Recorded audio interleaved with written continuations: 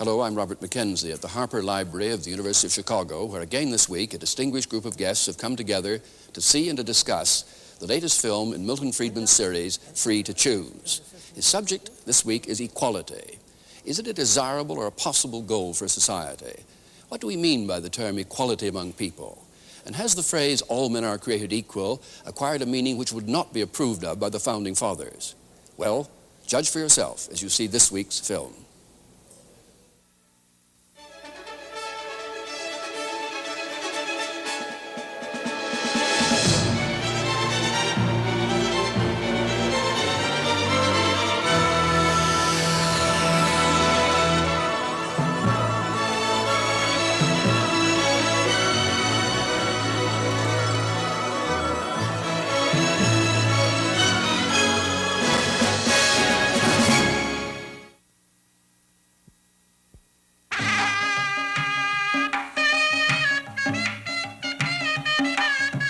From Victorian novelists to modern reformers, a favorite device to stir our emotions is to contrast extremes of wealth and of poverty.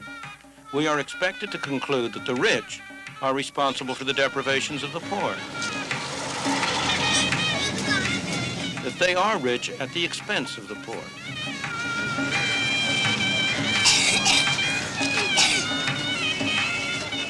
Whether it is in the slums of New Delhi or in the affluence of Las Vegas, it simply isn't fair that there should be any losers.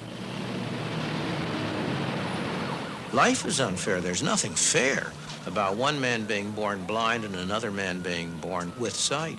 There's nothing fair about one man being born of a wealthy parent and one of an impecunious parent. There's nothing fair about Muhammad Ali having been born with a skill that enables him to make millions of dollars one night.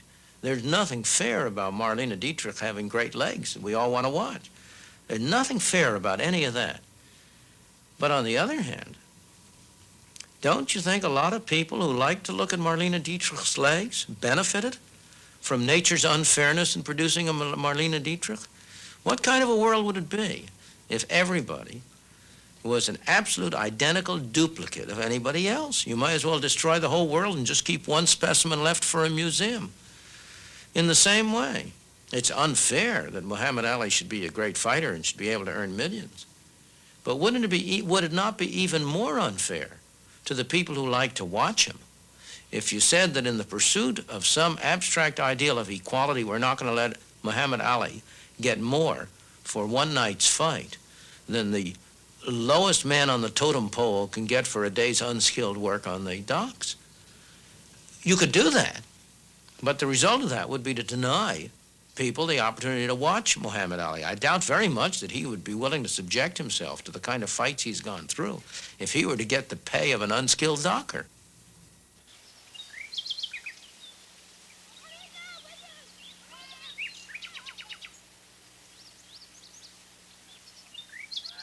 This beautiful estate, its manicured lawns, its trees, its shrubs, was built by men and women who were taken by force in Africa and sold as slaves in America.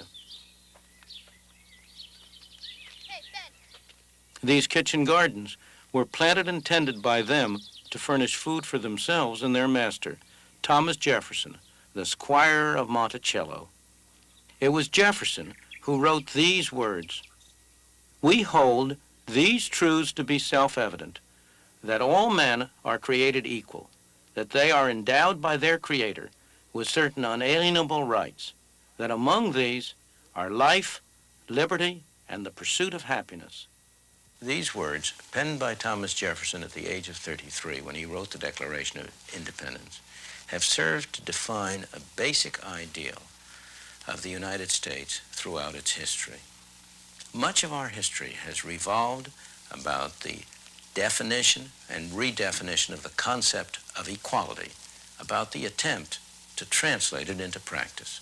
What did Thomas Jefferson mean by the words, all men are created equal? He surely did not mean that they were equal or identical in what they could do or in what they believed. After all, he was himself a most remarkable person. At the age of 26, he designed this beautiful house at Monticello, supervised its construction, and indeed is said to have worked on it with his own hands. He was an inventor, a scholar, an author, a statesman, governor of Virginia, president of the United States, minister to France. He helped shape and create the United States. What he meant by the words equal can be seen in the phrase endowed by their creator. To Thomas Jefferson, all men are equal in the eyes of God. They all must be treated as individuals who have each separately a right to life, liberty, and the pursuit of happiness. Of course, practice did not conform to the ideals in Jefferson's life or in ours as a nation. He agonized repeatedly during his lifetime about the conflict between the institution of slavery and the fine words of the Declaration. Yet, during his whole life, he was a slave owner.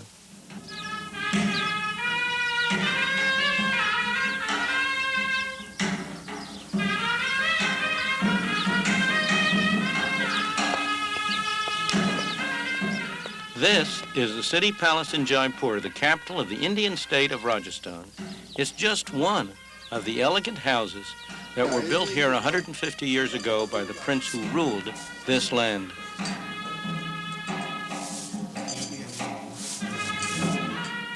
There are no more princes, no more Maharajas in India today. All titles were swept away by the government of India in its quest for equality. But as you can see, there are still some people here who live a very privileged life.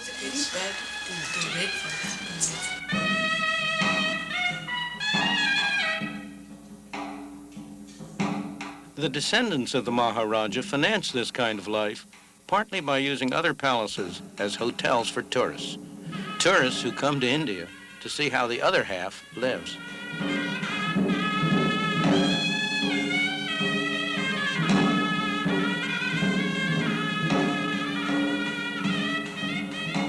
This side of India, the exotic, glamorous side, is still very real.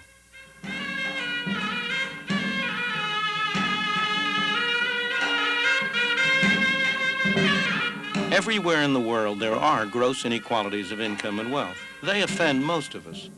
A myth has grown up that free market capitalism increases such inequalities, that the rich benefit at the expense of the poor. Nothing could be further from the truth. Wherever the free market has been permitted to operate, the ordinary man has been able to attain levels of living never dreamed of before. Nowhere is the gap between rich and poor. Nowhere are the rich richer and the poor poorer than in those societies that do not permit the free market to operate, whether they be feudal societies where status determines position, or modern centrally planned economies where access to government determines position. Central planning was introduced in India in considerable part in the name of equality. The tragedy is that after 30 years, it is hard to see any significant improvement in the lot of the ordinary person.